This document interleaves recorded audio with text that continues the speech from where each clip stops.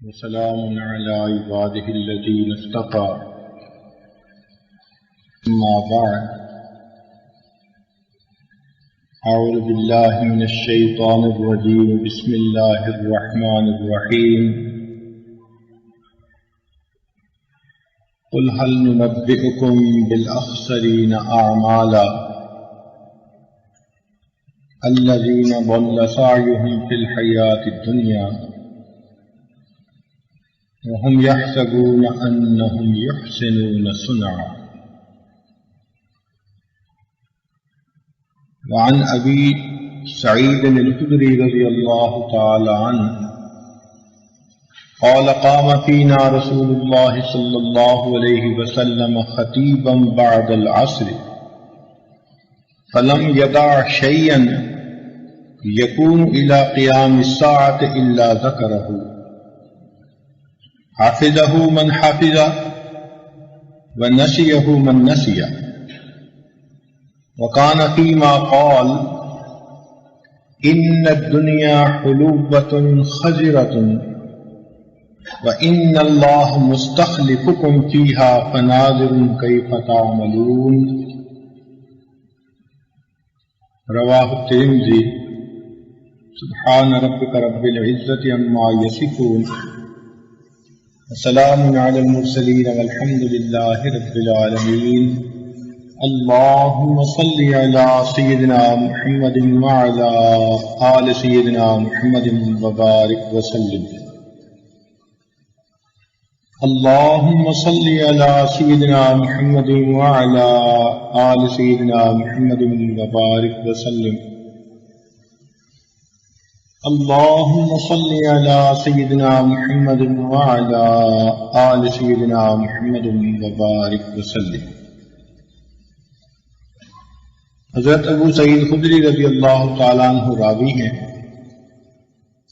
فرماتے ہیں نبی علیہ السلام نے ایک مرتبہ عصر کے بعد خطبہ دیا، وعظ فرمایا، اور اس وعظ میں قیامت تک آنے والے جتنے بھی بڑے بڑے واقعات تھے، نشانیاں تھیں، وہ سب بتلائیں، کوئی ایک چیز بھی نہیں چھوڑی. جس نے یاد کیا اس نے یاد کر لیا، اور جو بھول گیا اس نے بھلا دیا. ان نشانیوں میں سے ایک یہ بھی تھی کہ نبی علیہ السلام نے ارشاد فرمایا ان الدنیا حلوۃ، بے شک دنیا بڑی میٹھی ہے، خضرۃ سرسبز ہے، وَإِنَّ اللَّهَ مُسْتَخْلِفُكُمْ فیہا، اور بے شک اللہ تعالی نے تمہیں اس میں جانشین بنایا ہے اپنے پہلے والوں کا. فناظر کیف تعملون، پس وہ دیکھ رہے ہیں کہ تم عمل کیسے کرتے. بہت ساری روایات میں قرب قیامت کی ایسی نشانیاں بتائی گئیں کہ جو آج ہم اپنی آنکھوں سے پورا ہوتے ہوئے دیکھ رہے ہیں. مثال کے طور پر ایک حدیث مبارکہ میں نبی علیہ السلام نے ارشاد فرمایا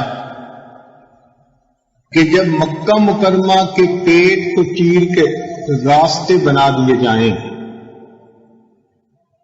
جب مکہ مکرمہ کے پیٹ کو چیر کر راستے بنا دیے جائیں، اور جب عمارتیں پہاڑوں کے برابر اونچی ہو جائیں تو تم قیامت کا انتظار کرنا. چنانچہ جو لوگ آج حج اور عمرے کا سفر کرتے ہیں وہ دیکھتے ہیں کہ پہاڑوں کو چیر کر ان کے اندر ٹنل بنا دی گئی، internal ring road, external ring road. یوں محسوس ہوتا ہے کہ جیسے واقعی پہاڑوں کا پیٹ چیر کے انہوں نے راستہ بنا دیا.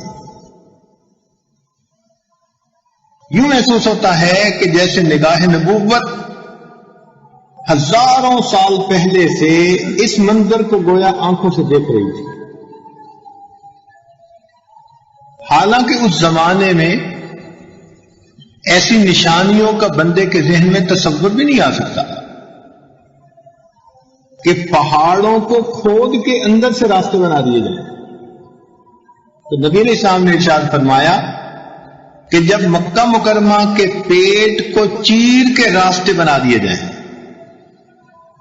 اور جب عمارتیں پہاڑوں کے برابر اونچی ہو جائیں, اور اللہ اکبر, آپ جا کے دیکھیں حرم شریف کے بالکل قریب جو ہوٹل بنے ہوئے ہیں وہ قریب کے پہاڑوں سے بھی اب زیادہ اونچے ہو گئے. جس زمانے میں ایک منزلہ عمارت ہوتی تھی شاید ہی کوئی بندہ دوسری منزل بناتا ہوگا, مشینری نہیں تھی, ٹیکنالوجی نہیں تھی. اس زمانے میں یہ کہہ دینا کہ پہاڑوں سے اونچی عمارتیں ہو جائیں گی, یہ فقط گمان اور خیال کی بات نہیں بلکہ یہ اللہ رب العزت کی طرف سے ان کو دیے ہوئے علم کی بات ہے. آج ان نشانیوں کو ہم اپنی آنکھوں سے دیکھ رہے ہیں. ایک اور روایت میں آتا ہے کہ نبی علیہ السلام لیٹے ہوئے تھے, بہت زور کی آندھی آئی تو ام المومنین میں سے کسی نے, امہات المومنین میں سے کسی نے یہ کہہ دیا کہ کہیں قیامت تو نہیں آ گئی. تو نبی علیہ السلام اٹھ کر بیٹھ گئے اور فرمایا کہ قیامت کیسے قائم ہو سکتی ہے جب تک کہ اہل عراق کا کھانا پینا ابھی بند نہیں کیا گیا اور عرب کی زمین ابھی سرسبز نہیں ہوئی. تو دو نشانیاں بتائی. معلوم ہوا کہ یہ بھی ایک نشانی ہے کہ اہل عراق کے اوپر کھانا پینا بند کر دیا جائے. اور ہم نے پچھلے 8-10 سال میں کیا دیکھا, ایسی پابندیاں لگی اس جگہ پر کہ بھوکوں کو کھانا کھلانا تو دور کی بات, بیماروں کو دوا بھی نہیں پہنچائی جا سکتی تھی.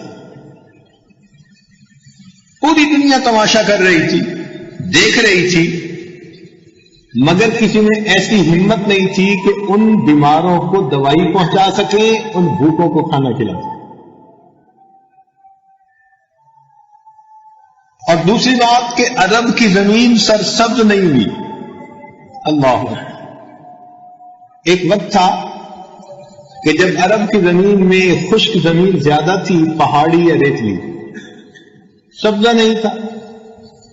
اب تو ماشاء اللہ وہاں پر زرعی انقلاب برپا کیا جا رہا ہے اور کچھ عرصہ سے سعودی عرب اپنی گندم کے معاملے میں خود کفیل ہو چکا ہے. بلکہ پچھلے 2-3 سال اس نے امداد کے طور پر پاکستان اور اس کے قریب کے ممالک میں گندم روانہ کی. اس قسم کی بہت ساری نشانیاں کتابوں میں ملتی ہیں. چنانچہ مختصر چند نشانیاں ذرا آپ بھی ذہن میں یاد کر لیں. فرمایا کہ جب معاشرے کے سب سے برے سب کے حاکم بن جائیں گے. اور آج دیکھیے, کرسی لینا یا کوئی دنیا کے اندر ممبری لینا وہ ایک شریف انسان کے بس کی بات ہی نہیں ہے. کیا لڑائی جھگڑے مصیبتیں. جو زیادہ اپنی ہمت طاقت دکھا سکتا ہے وہی ممبری دے گا. پھر فرمایا کہ جب دیہاتی لوگ شہروں میں آ کر بڑی بڑی کوٹھیاں بنا لیں گے. آج آپ دیکھیں ان کے جی 10 مربے اور ان کے 50 مربے اور ان کے 100 مربے, اور شہروں میں آ کے انہوں نے بڑی کوٹھیاں بنا لی. نشانیاں پوری. جب امانت کے مال کو غنیمت کا مال سمجھا جائے. آج آپ مکان کسی کو کرائے پہ دے کر دیکھیں, چند سال کے بعد وہ کہے گا یہ میرا ہے. آج آپ کسی کے پاس امانت رکھوائیں وہی اس میں بددیانتی کرے گا. امانت کو غنیمت کا مال سمجھے. حالت تو یہ ہے نا کہ گنے کی ٹرالی جا رہی ہوتی ہے, چھوٹے بڑے سب پیچھے اس کو کھینچنے میں لگے ہوتے ہیں. مسلمانوں کا معاشرہ ہے اور یہ ذہن میں خیال نہیں جاتا کہ یہ چوری ہے اور خوش ہو رہے ہوتے ہیں. جب لوگ دوسروں کے شر سے بچنے کے لیے ان کی عزت کریں. کیسی عجیب بات کہی. آج جو عزت دل سے شاید ہی کوئی کرتا ہو کسی کی، آج عزت ہو رہی ہے ظاہرداری کے طور پہ شر سے بچنے کے لیے کہ جی ہم ان کے ہاں میں ہاں نہیں ملائیں گے تو یہ ہمارا جینا مصیبت کر دیں گے. حق بات کہی نہیں جا سکتی. شر سے بچنے کے لیے دوسرے کا اکرام کرتے ہیں. اچھا بھائی ٹھیک ہے، بہت اچھا. جب پچھلے لوگ اپنے سے اگلے والوں پر لعنتیں بھیجیں، ان کو برا کہیں، اور آج آپ دیکھ سکتے ہیں کتنے لوگ ایسے ہیں جو اپنے پہلے والوں کے اوپر جو ہے وہ تبرہ کرتے. جب ماں کی بجائے بیوی کی فرمانبرداری کی جانے لگے، شریعت نے تو کہا نا کہ بھئی ماں کی بات مانو. آج ماں تو ایک طرف، آج بیوی کی بات آگے رکھی جاتی ہے. جب باپ کی بجائے دوست کی بات مانی جانے لگے، آج وہ وقت آ چکا کہ آج کا بچہ اپنے باپ سے اس طرح نفرت کرتا ہے جیسے کوئی پاپ سے نفرت کر رہا ہوتا. دوست کو اپنا سجن سمجھتا ہے، حالانکہ وہ کم علم بھی ہے، نا تجربہ کار بھی ہے. اسی کے پیچھے چلے گا، اسی کا مشورہ لے گا، اور اپنے نیک اور دیندار باپ کو بھی اپنا دشمن سمجھے گا.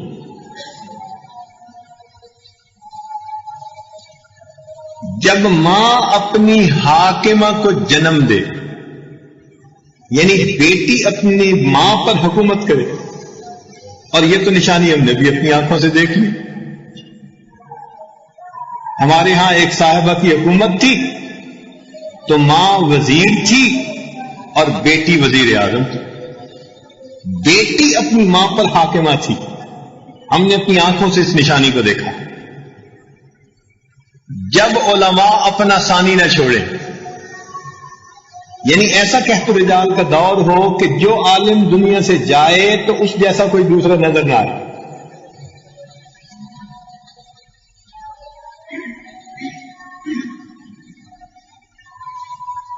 جب لوگ زکوٰۃ کو تاوان سمجھنے لگ جائیں، اللہ تعالیٰ کا دیا ہوا مال ہے اور اس میں سے اللہ نے غریبوں کا حق متعین کیا، مگر زکوٰۃ بوجھ نظر آتی ہے. اریانی، فحاشی، موسیقی عام ہو جائے، اور اس کی تو اب بات ہی کیا کرنے. اور اللہ محفوظ فرمائے اس ٹی وی سے اور انٹرنیٹ سے. اسی لیے یہ عاجز انٹرنیٹ کو انٹرنیٹ کہتے ہیں، یعنی انٹر انٹو دی نیٹ، جال میں تم داخل ہو جاؤ. 90 سال کا بوڑھا بھی آج انٹرنیٹ کی گندگی سے محفوظ نہیں. اس عمر کے بوڑھے بھی سکرین پہ بیٹھ کے گندی سکرینیں دیکھتے ہیں، ننگی فلمیں دیکھتے ہیں.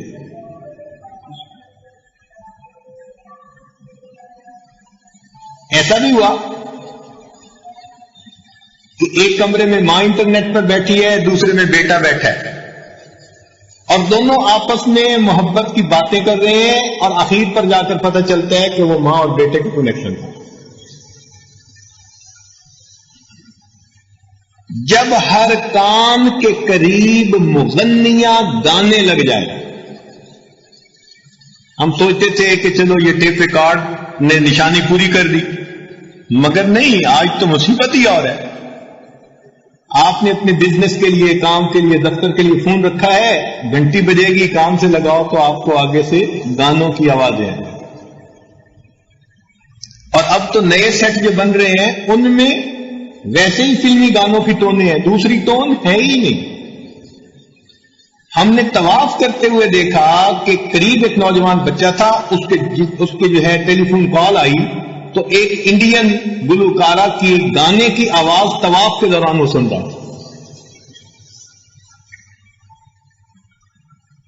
جب قرآن مجید پڑھنے والوں کا قرآن ان کے حلق سے نیچے نہ اترے، بس آواز تک ہے، بڑا بنا سنوار کے پڑھیں گے، دل پہ اس کا کوئی اثر نہیں ہوگا۔ جب مساجد میں شور غل عام ہو جائے، اسلام کا نام رہ جائے، قرآن کا نشان رہ جائے، اس وقت زلزلوں کا آنا، آندھیوں کا چلنا، یہ عام ہو جائے گا۔ دیکھیے 1400 سال پہلے یہ نشانی بتائی گئی، اور آج ان نشانیوں کو ہم اپنی آنکھوں سے پورا ہوتے دیکھ رہے ہیں۔ فرمایا پوری دنیا میں افراتفری کا عالم ہوگا، پوری دنیا میں افراتفری کا عالم ہوگا، دیندار لوگوں کو چن چن کے مارا جائے گا، قیامت کی نشانی۔ مرنے والے کو اپنے جرم کا پتہ نہیں ہوگا، ایک آدمی کو مارا جا رہا ہوگا اور اس بندے کو یہ نہیں پتا ہوگا کہ مجھے کس جرم میں مارا جا رہا ہے۔ بے گناہ لوگ نماز پڑھنے مسجدوں میں آئیں گے، لاشیں واپس جائیں گے۔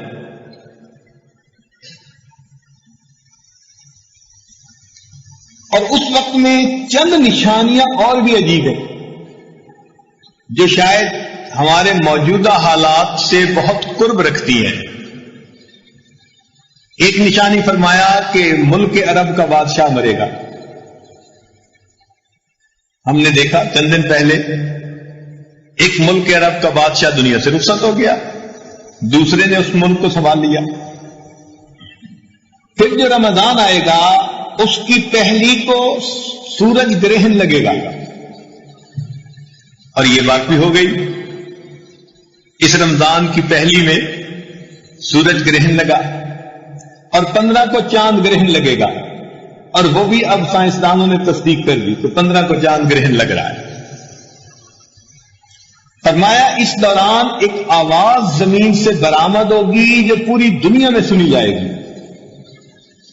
اب اس کی ایک تفصیل تو یہ ہو سکتی ہے کہ ظاہر آواز ہو، اور یہ بھی تو ہو سکتی ہے کہ جیسے یہ زلزلہ ہوا تو اب اس کی خبر، اس کی آواز پوری دنیا کے اندر گونج رہی ہے۔ تو فرمایا کہ یہ وہ نشانیاں ہیں، جب ہوں گی تو سمجھ لینا کہ اب قیامت بہت قریب ہے۔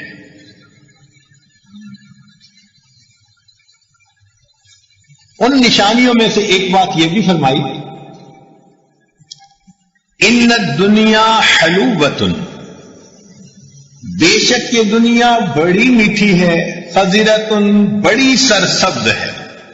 دو لفظ نبی علیہ السلام نے فرمائے، اور دو لفظ میں پوری بات کہہ دی، سمندر کو کوزے میں بند کر کے دکھا دیا، اس میں کوئی شک نہیں۔ یہ دنیا بڑی میٹھی، دل نہیں بھرتا بندے کا۔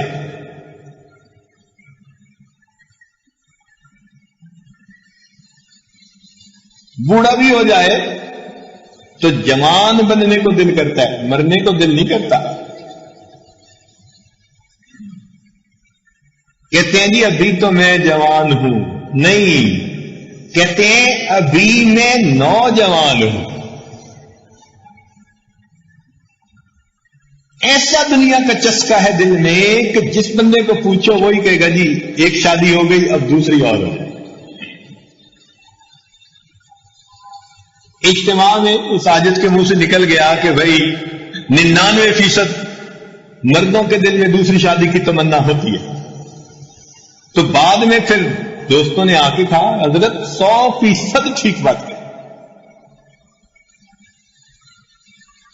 جو کنوارے ہیں وہ پہلی شادی کی سوچ میں ہیں، اور جن کی شادی ہو چکی وہ دوسری شادی کے سوچ میں۔ بیٹے کا نکاح ہو رہا ہوتا ہے، ہر باپ کا دل چاہ رہا ہوتا ہے کہ کاش میرا بھی نکاح ساتھ ہو۔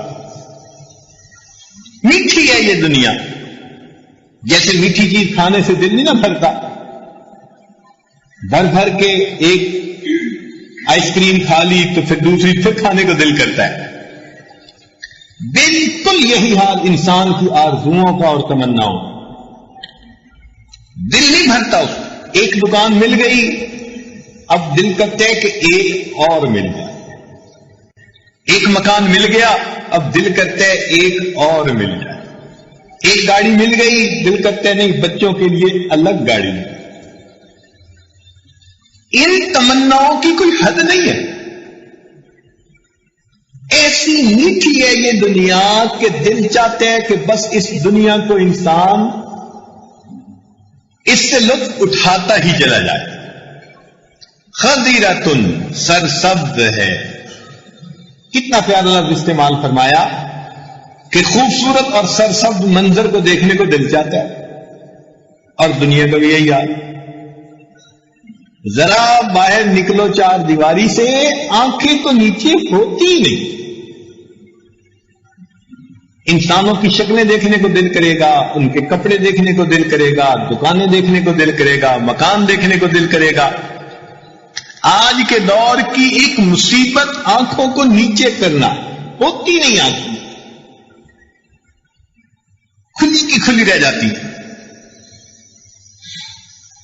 فرمایا اللہ تعالی نے تمہیں اس دنیا میں اگلوں کا جانشین بنایا. یعنی تم سے پہلے تمہارے پردادا، دادا، والد وہ اس دنیا میں زندگی گزار گئے. آج تم ان کے جانشین ہو. آج تم ان گھروں میں زندگی گزار رہے ہو. یہ زمینیں کبھی تمہارے باپ دادا کے پاس تھیں، آج تمہارے پاس ہیں. یہ مکان ان کے پاس تھے، آج تمہارے پاس ہیں. یہ فیکٹریاں، یہ کاروبار وہ چلاتے گئے، آج تم چلا رہے ہو. تم اپنے بڑوں کے نائب بنے ہو. اللہ نے تمہیں کس لیے بنایا؟ فناظر کیف تعملون، یہ دیکھنے کے لیے کہ تم عمل کیسے کرتے ہو. تمہیں اس لیے ولی عہد نہیں بنایا اپنے گھر میں کہ تم مزے اڑاؤ، بلکہ اب تم کیسی زندگی گزارتے ہو. اللہ تعالیٰ کی نعمتوں کا شکر ادا کرتے ہو، آخرت کی تیاری کرتے ہو، یا اسی کمینی دنیا پر فریفتہ ہو کے بیٹھ جاتے. ایک حدیث پاک میں فرمایا کہ دنیا کی مثال ایسی ہے کہ جیسے بارش ہو اور اس کے بعد خوب کھیتی ہو جائے، سرسب ہر طرف گھاس ہو. دو جانور ہیں، ایک جانور پھر کھانے لگتا ہے اور کھا کھا کھا کے اتنا کھاتا ہے کہ بدہضمی ہو جاتی ہے، بیمار ہو جاتا ہے. اور دوسرا جانور وہ ہے جو سمجھتا ہے کہ اگرچہ سبزہ تو بہت ہے مگر وہ بقدر ضرورت کھاتا ہے، پھر بیٹھ کے جگالی کرتا ہے، پھر کھاتا ہے، پھر جگالی کرتا ہے. تو فرمایا کہ پہلا بیمار ہو گیا اور دوسرا صحت مند رہا. یہی تمہاری اور دنیا کی مثال ہے. تم میں سے کچھ لوگ ایسے ہیں جو دنیا کے پیچھے بھاگ رہے ہیں اور ان کا دل کی تمنا رکتی نہیں، کہیں دل بھرتا نہیں. جتنا مل رہا ہے اور لینے کی تمنا، اور پانے کی تمنا. آپ اندازہ کریں کئی گھروں میں جتنے گھر کے لوگ ہیں، مرد اور عورتیں سب کے سب نوکریاں کرتی ہیں، پھر ان کے بھی سب کے پورے نہیں ہوتے.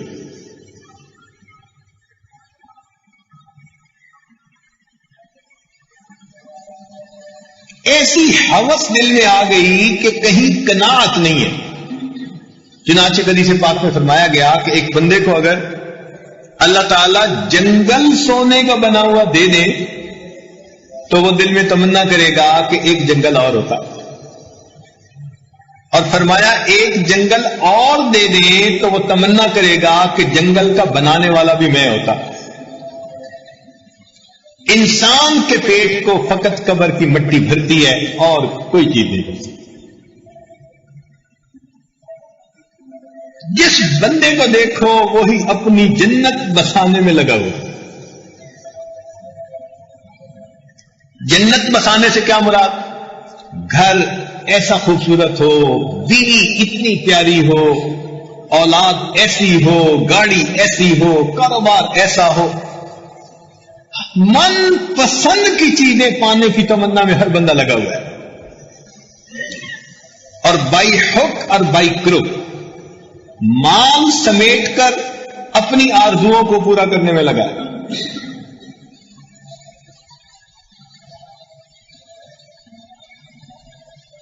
آج کے دور کی سب سے بڑی بیماری پتہ کیا ہے؟ دنیا طلبی. اسی لیے ہمارے مشائخ نے کہا کہ یہ دنیا جادوگرنی ہے.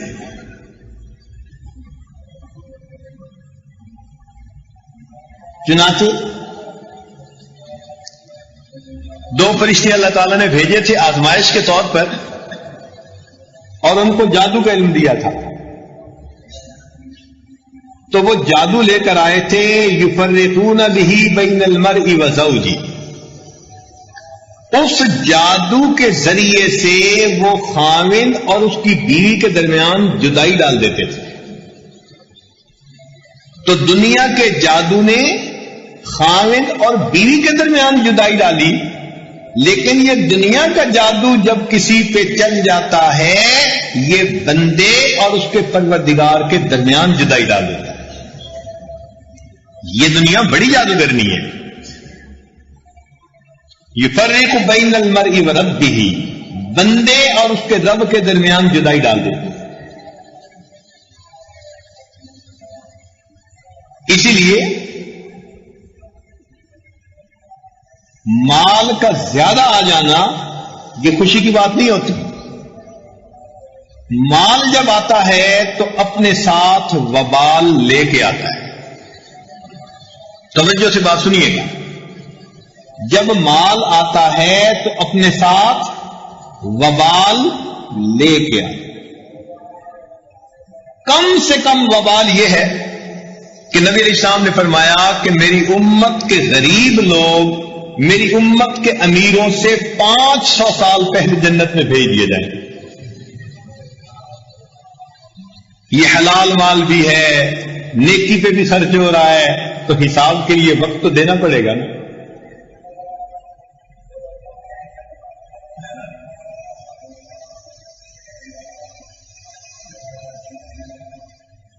تو آج کی سب سے بڑی بیماری، ہر بندہ چاہتا ہے یا لیت لنا مثل ما اوتی قارون، اے کاش ہمارے پاس اتنا کچھ ہوتا جتنا قارون کے پاس تھا. تو قارون کا کیا نتیجہ نکلا؟ بالآخر اپنے خزانوں سمیت زمین کے اندر دفن کر دیا.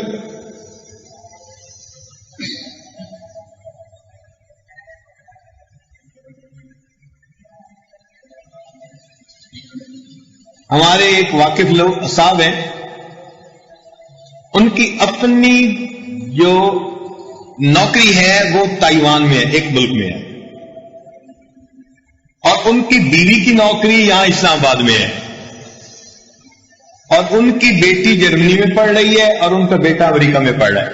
گھر کے 4 بندے ہیں، چاروں الگ الگ ملک میں. کئی سالوں کے بعد ایک دوسرے کے ساتھ مل بیٹھنے کی توفیق ملتی ہے، وہ بھی 1 ہفتہ کے لیے ملتے ہیں پھر الگ ہو جاتے ہیں. کیا دنیا کا نشہ ہے. گھر کے 4 بندوں کو مل کر زندگی گزارنے کی توفیق ملی، حالانکہ اس میں سے ایک باپ کی تنخواہ اتنی ہے کہ ہمارے حساب سے وہ 40 گھروں کو پال سکتا ہے، اتنی تنخواہ ہے. بیوی کی تنخواہ اتنی ہے کم از کم 20 گھرانوں کو پال سکتی ہے. یہ دنیا طلبی بہت بڑی بیماری ہے. اس لیے دنیا کے بارے میں 3 باتیں یاد رکھنا کہ یہ آنکھوں کو بھاتی ہے، اچھی لگتی ہے، اور اس سے کسی کا جی نہیں بھرتا اور اس کو چھوڑنے کو کسی کا دل نہیں کرتا. ہمارے ایک صاحب تھے، کہنے لگے جی میرے دادا جان نماز نہیں پڑھتے، عمر 85 سال ہو گئی، آپ انہیں کچھ نصیحت کر دیں. ہم نے کچھ نماز کی بات چلائی بیٹھ کے کہ بھائی آپ فارغ ہیں، اللہ تعالیٰ نے آپ کو زندگی دی ہے، اب تو آپ کے بچے ہیں سارا بوجھ اٹھانے والے، تو آپ نماز پڑھ لیا کریں. تو جب یہ کہا نا تو انہوں نے اپنے گھٹنے کو پکڑا پکڑ کے کہنے لگے بس اس کے اندر درد ہے، یہ ختم ہو جائے نا تو میں نماز شروع کر دوں گا. یعنی 85 سال کی عمر میں ابھی اس انتظار میں ہے کہ گھٹنے کا درد پہلے ختم ہو پھر میں نماز پڑھوں.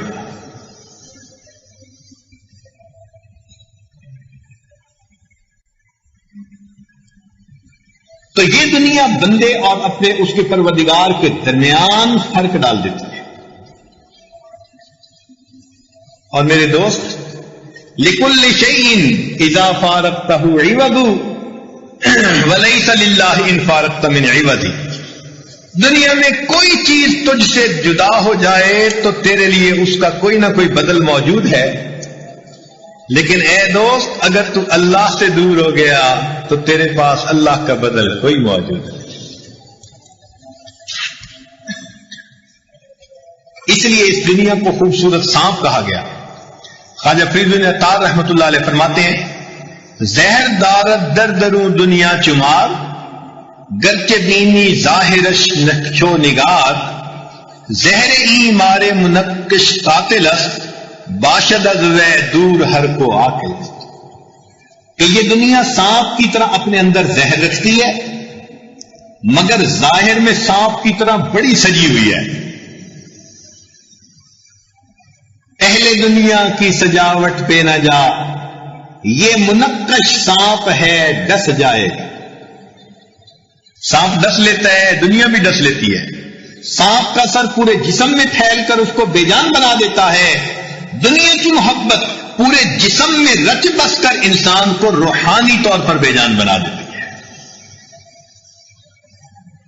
ہم نے دیکھا کہ کچھ لوگوں کو سانپ کا منتر آتا ہے، وہ سانپ کے دانت توڑ دیتے ہیں اور ایسا منتر آتا ہے کہ سانپ ان کو کچھ نہیں کہہ سکتا. ان کو سپیرے کہتے ہیں.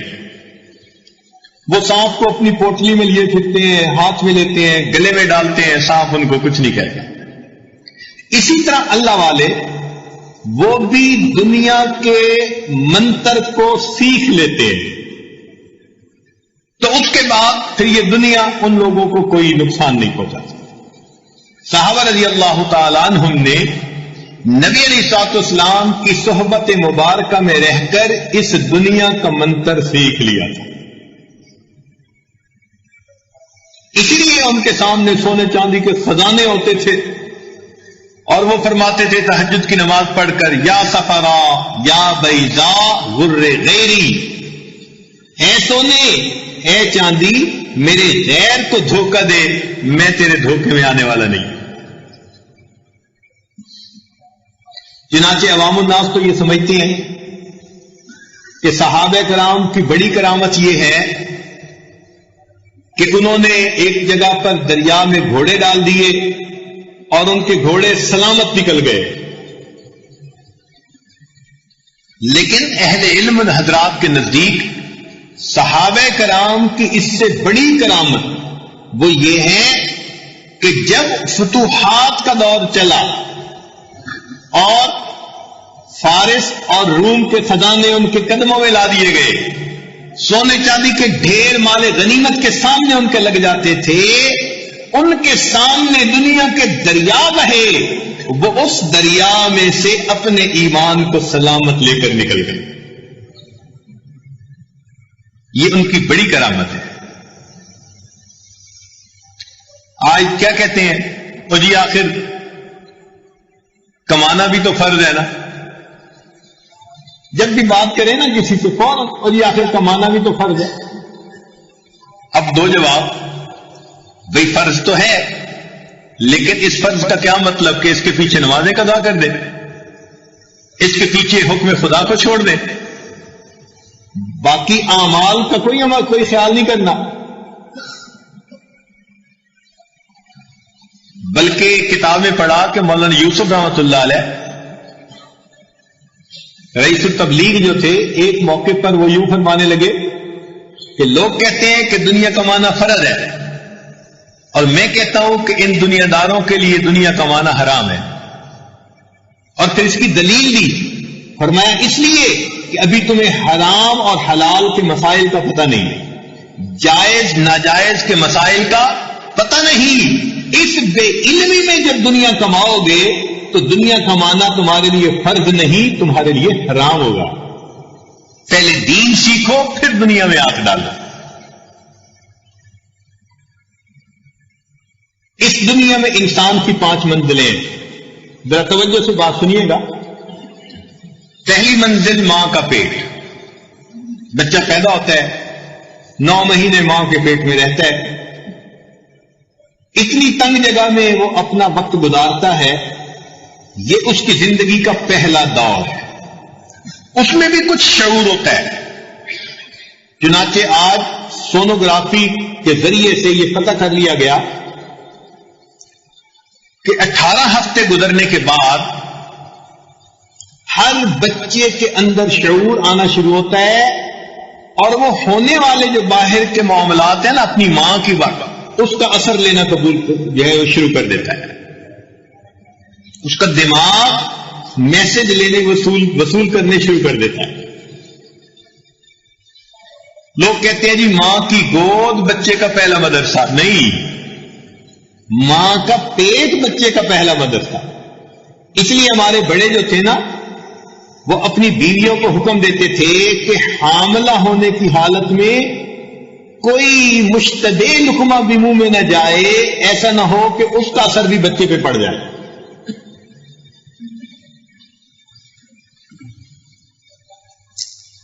وہاں ماں کے پیٹ میں بچے کی غذا گندا خون، اور وہ ایسی جگہ رحم میں ہوتا ہے جہاں چاروں طرف اس کے پیشاب کا پانی، وہ شاک ایبزاربر کا کام کرتا ہے. اگر بچہ پانی میں فلوٹ نہ کر رہا ہو، تیر نہ رہا ہو، تو ماں اٹھ بیٹھ کام بھی نہ کر سکتی. اگر کرتی تو بچے کو نقصان ہوتا. تو اللہ تعالیٰ نے بچے کو پانی کے اندر جیسے ڈوبی ہوئی چیز ہوتی ہے نا، اٹھنے بیٹھنے چلنے پھرنے کا کوئی اثر نہیں ہوتا اس کا، اللہ تعالیٰ نے ایسا کر دیا. اب سوچیں، وہ بچہ پیشاب میں ڈوبا ہوا ہے اور غذا اس کی حیض کا گندا خون ہے، لیکن جب وہ بچہ اس دنیا سے باہر آتا ہے تو آتے ہی رونے لگ جاتا ہے. وہ اپنی اس دنیا کو اصل سمجھ رہا تھا، اور اگلے مرحلے پر آنے پہ اسے تکلیف ہو رہی تھی.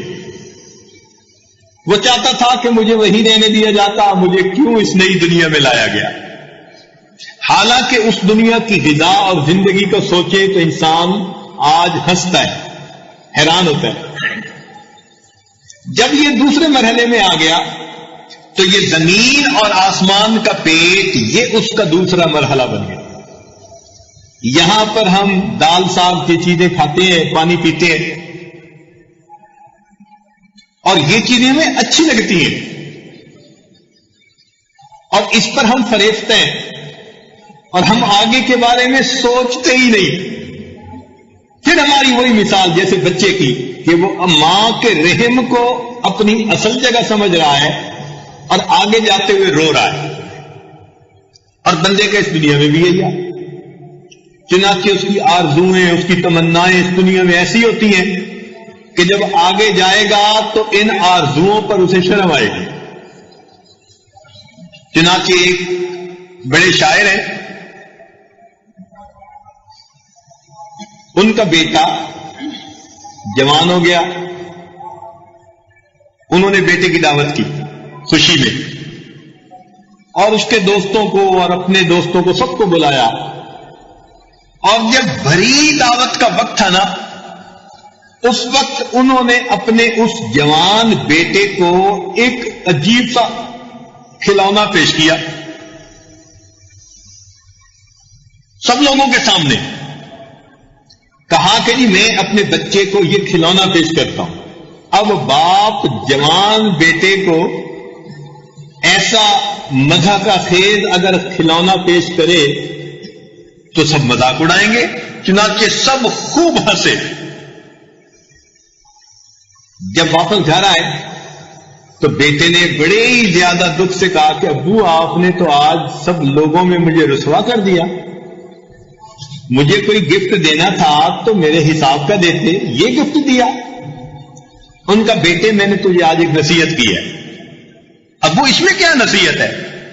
اور میں بیٹے تو ایک مرتبہ چھوٹا تھا، بچہ تھا، اور تو نے اسی کھلونے کی مجھ سے فرمائش کی تھی اور یہ کھلونا مجھے مل نہیں سکا تھا تو تو 2-3 دن مجھ سے بولنا بند کر گیا تھا، اتنا خفا تھا، بولتا ہی نہیں تھا۔ آج میں نے جب تمہارے دوستوں کے سامنے تمہیں وہ کھلونا پیش کیا تو ایسی بچگانہ خواہش کے اوپر تیرے دوست بھی ہنسے اور تو بھی بہت پریشان ہوا۔ میں تمہیں سبق دینا چاہتا تھا کہ بچے، جس تمنا پر اپنے بچپن میں تو اتنا دکھی کہ مجھ سے 3 دن نہیں بولا، آج جوانی میں جب تیرے سامنے وہ کھلونا پیش ہوا تجھے خود اس تمنا پر ہنسی آتی تھی۔ میں تمہیں سمجھانا چاہتا تھا کہ بیٹے، اس دنیا کے اندر اپنی کوئی تمنا ایسی نہ بنانا، کل قیامت کے دن جب سب کے سامنے پیش ہو تو ساری دنیا تیرا مذاق اڑا۔ دنیا میں یہ اس کی تمنائیں تھی، ان سوچوں میں زندگی گزارتا تھا، ان خیالات میں ہر وقت یہ پڑا رہتا تھا۔ میرے بیٹے، کہیں قیامت میں مجمع میں تیرا مذاق نہ اڑا دیا۔ دیکھو پہلے وقتوں میں باپ اپنے بیٹوں کو کتنی اچھی نصیحتیں کرے۔ حدیث پاک کا مفہوم ہے کہ جنت میں اللہ تعالیٰ ایسی غذائیں عطا فرمائے گا کہ جب جنتی لوگ ان غذاؤں کو کھائیں گے تو دنیا کی غذا کا تصور کر کے ان کو یوں برا لگے گا جیسے کہ انسان کو کوئی گندگی کا تصور کر کے برا لگتا ہے۔ مثلاً آج بچے کو کہیں کہ ماں کے پیٹ میں تو پیشاب کے اندر ڈوبا ہوا ہوتا تھا تو کتنی کراہت ہوتی ہے۔ تو جیسے آج پہلے دور کی حالت کو سوچ کر کراہت ہوتی ہے، اسی طرح جنت میں جا کر انسان کو اس دنیا کی زندگی کے حالات پر کراہت ہوگی۔ اور حالت یہ ہے کہ آج ہم اس کے اوپر مٹے جا رہے ہیں اور اس کو کمانے کے لیے حکم خدا کو بھی توڑتے چلے جا رہے ہیں۔ پھر زمین و آسمان کے پیٹ سے نکل کر ہم قبر کے پیٹ میں جائیں گے۔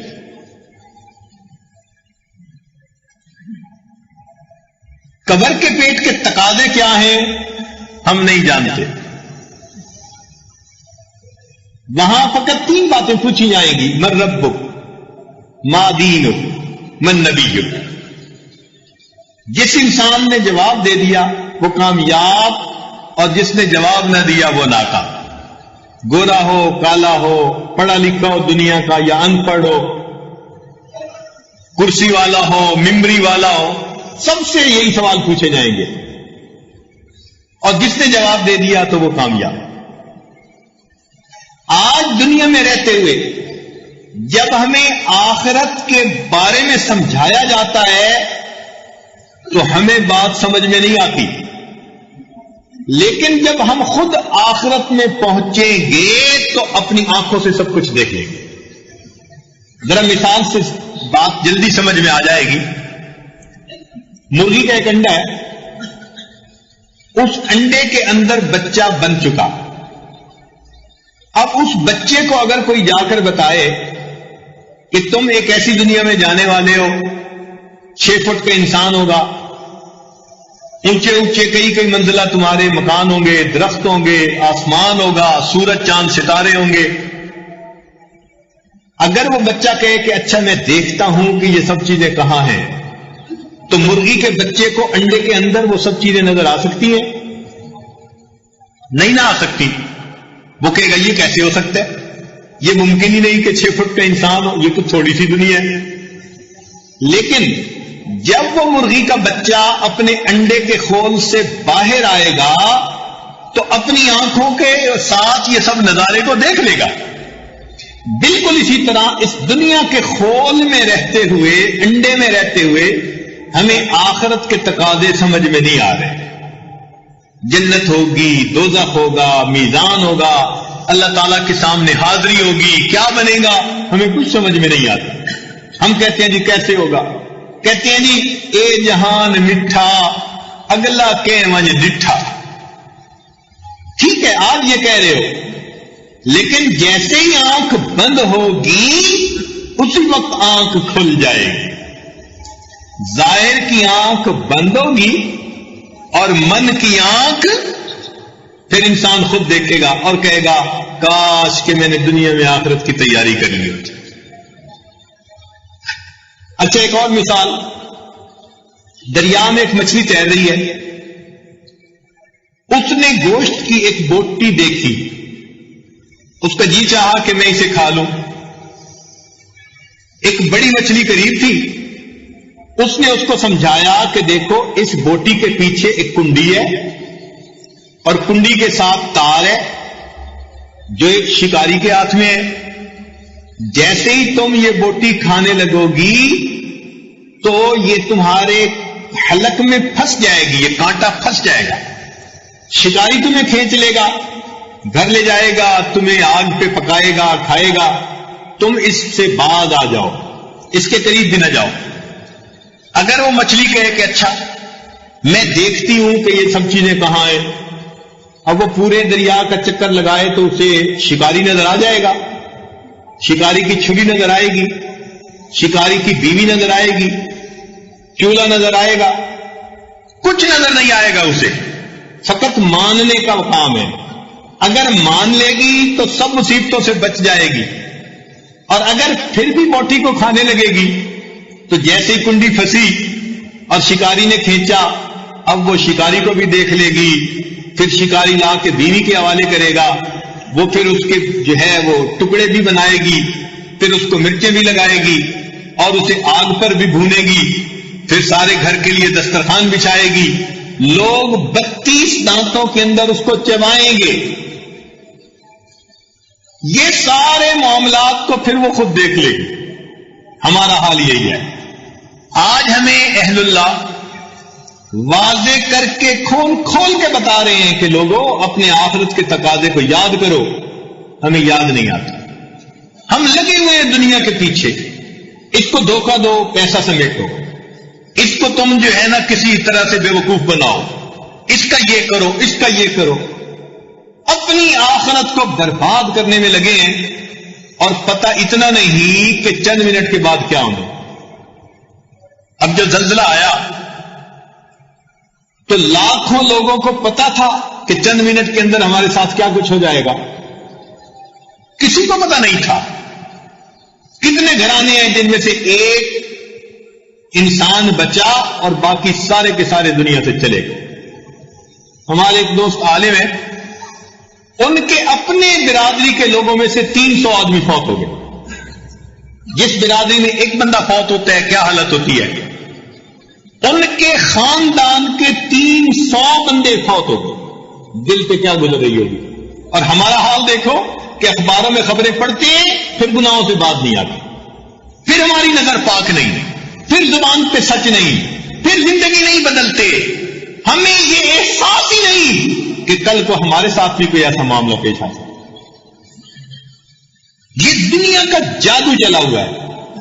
جیسے لوگ کہہ دیتے ہیں جی فلاں پہ اثر ہو گیا ہے، تو یقین کرو کہ اب دنیا کا ہم پہ اثر ہو چکا ہے، ایسا کہ نہ خدا یاد آتا ہے نہ ہمیں آخرت یاد آتی، الا ماشاء اللہ، وگرنہ تو اس سے عبرت پکڑ کے ہم اپنی زندگی کو بدلنے کی کوشش کرتے۔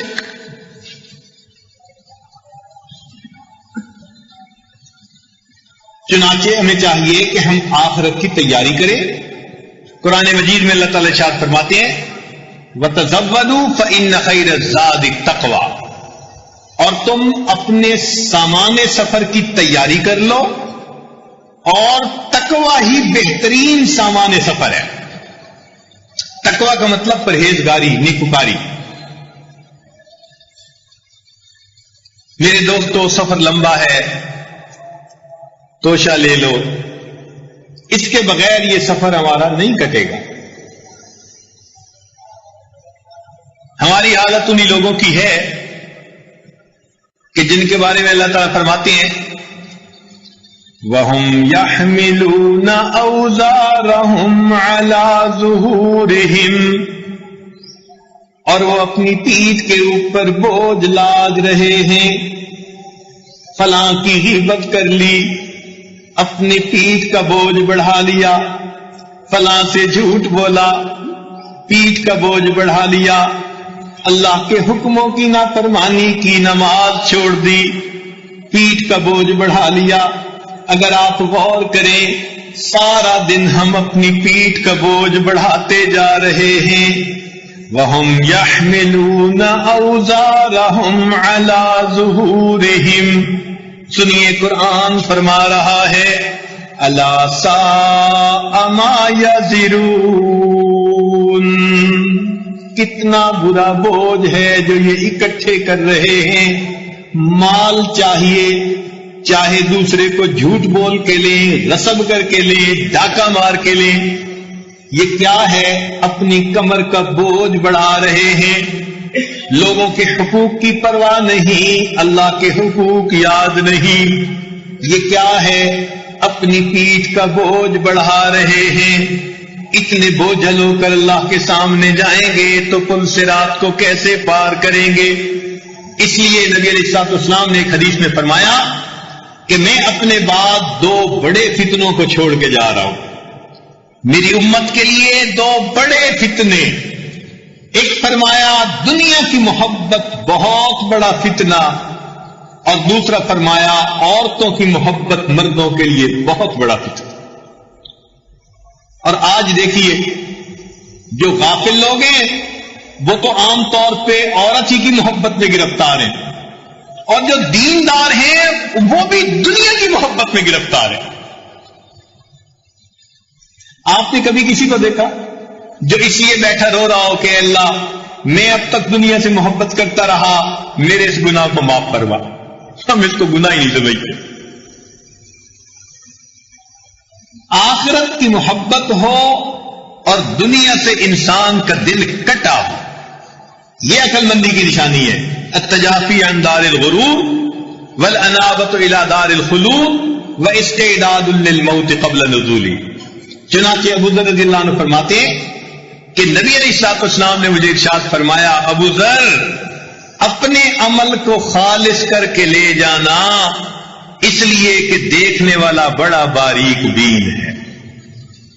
اے ابو ذر اپنے عمل کو خالص کر کے لے جانا، اس لیے کہ وہ دیکھنے والا بڑا باریک بین ہے. وہ ہمارے عمل کے اندر اخلاص کو دیکھے گا. اس لیے یہ دعا مانگنی چاہیے. حدیث پاک میں بتلائی گئی کہ اللہ اسألک نفسا بک مطمئنا تؤمن بلقائک. اے اللہ میں آپ سے ایسا نفس مانگتا ہوں جو آپ کے ساتھ مطمئن ہو، آپ سے راضی ہو، آپ سے خوش ہو، آپ کی یاد میں خوش ہو، آپ کے حکم پہ عمل کر کے خوش ہو، آپ کے تذکرے سے خوش ہو، بس آپ کی محبت میں اس کی زندگی گزرنے والی ہو. حتیٰ کہ تؤمن بلقائک، اللہ تیری ملاقات کے اوپر اس کا ایمان پکا ہو، ہر وقت اس کے ذہن میں ہو. آج کسی بھی بندے کو صدر صاحب کوئی بلا لے کہ یہ ملاقات کے لیے آؤ تو وہ ابھی سے تیاری شروع کر دے گا. اس دن میں یہ کپڑے پہن کے جاؤں گا اور میں یہ بات کروں گا اور یہ کروں گا، اور تیاری میں لگا ہوگا. ارے اللہ رب العزت نے ہمیں بھی اپنی ملاقات کے لیے اکٹھا کرنا ہے. یا ایھا الانسان انک کادح الی ربک کدحا فملاقیہ. تم نے اوپر چڑھنا ہے اور ایک دن اپنے رب کے سامنے پیش ہونا ہے. اور اللہ تعالیٰ کے سامنے پیشی 2 طرح سے ہوگی. یاد رکھیے، یا تو دوست کی طرح پیشی ہوگی یا پھر مجرم کی طرح پیشی. اب ہم اللہ تعالیٰ کے سامنے دوست بن کے جانا چاہتے ہیں یا دشمن بن؟ دیکھیے، ایک تو وہ بھی استقبال ہوتا ہے کہ خامن 2-4 سال کے بعد باہر ملک سے گھر واپس آیا. اب گھر والے سارے کے سارے، کیا چھوٹے بڑے، بیوی بچے، گھر صفا، کھانے بنے، اور اس کے ساتھ مل بیٹھنے کے لیے سب جو ہے مشتاق ہیں، اور اس کا گھر میں محبتوں بھرا استقبال ہوتا ہے. بالکل اسی طرح مومن کا قیامت کے دن استقبال ہوگا. اور ایک دوسرا استقبال اس طرح ہوتا ہے کہ پولیس کو اطلاع ملتی ہے فلاں مجرم پکڑا گیا، اور وہ بھی اپنے جوتے ڈنڈے تیار کر کے بیٹھے ہوتے ہیں ہتھکڑیاں لے کے کہ آنے دو اسے ہمارے پاس. یاد رکھیے، دنیا کی پولیس اپنے سپاہی بھیج کے ملزم کو گرفتار کرواتی ہے. اللہ رب العزت اس دنیا کے مجرم کو اپنے بندے بھیج کے کندھوں پہ اٹھا کے گرفتار کرواتے ہیں. یہ جو اپنے رشتہ دار ہوتے ہیں نا، سب کندھے پہ لے جا کے حوالے کر کے آ جاتے ہیں. حوالے رب دے، لے او یار حوالے رب. آگے بھی پھر فرشتے تیار بیٹھے ہوتے ہیں. اچھا، اس لیے زمین کہتی ہے اے بندے، جتنے لوگ میری پیٹھ پہ چلتے تھے مجھے سب سے زیادہ بغض تجھ سے تھا، تو میرے اندر آیا، دیکھ میں آج تیرا حشر کیسے کرتا. اب تو گھبرا کہ یہ کہتے ہیں کہ مر جائیں گے، مر کے بھی چین نہ پایا تو کدھر جائیں گے. تو فرمایا کہ ایسا نفس عطا فرما تو امینو بلقائک، اے اللہ جو آپ کی ملاقات پر ایمان رکھتا ہو، وترضا بقضائک، اور آپ کی جو قضاء و قدر کا معاملہ ہے اس کے اوپر راضی ہو، وتقنع بعطائک، اور اللہ جو تیری عطا ہے اس کے اوپر قناعت کرنے والا ہو. اللہ رب العزت ہمیں دنیا اور آخرت کی سرخروئی نصیب فرمائے اور ہمیں اپنے مقرب بندوں میں شامل فرما کر اس رمضان مبارک کی قدردانی کی توفیق عطا فرمائے. دیکھیے دن گزرتے جا رہے ہیں اور رمضان مبارک کا تو معاملہ ایسا ہی ہے جیسے مچھلی پکڑنے والا مچھلی پکڑتے ہیں نا تو ہاتھوں سے کئی مرتبہ سلپ ہو جاتی ہے اور پتہ ہی نہیں چلتا. یہ رمضان المبارک کا مہینہ بالکل اسی طرح. اب دیکھیے ایک وقت تھا کہ ہم انتظار میں تھے جی رمضان آنے والا ہے، اور آج دیکھیے تو تیسرا حصہ رمضان کا رخصت ہو چکا، باقی 2 حصے رہ چکا. ان 2 حصوں میں اپنے رب کو منا لیجئے، گناہوں سے سچی توبہ کر کے اپنی آخرت کی تیاری کی فکر کر لیجئے. رب کریم ہمیں اس کی برکتوں سے محروم نہ فرمائے اور ہمیں اللہ تعالی اس کی برکتوں سے کما حقہ فائدہ اٹھانے کی توفیق نصیب فرمائے. وآخر دعوانا ان الحمد للہ رب العالمین.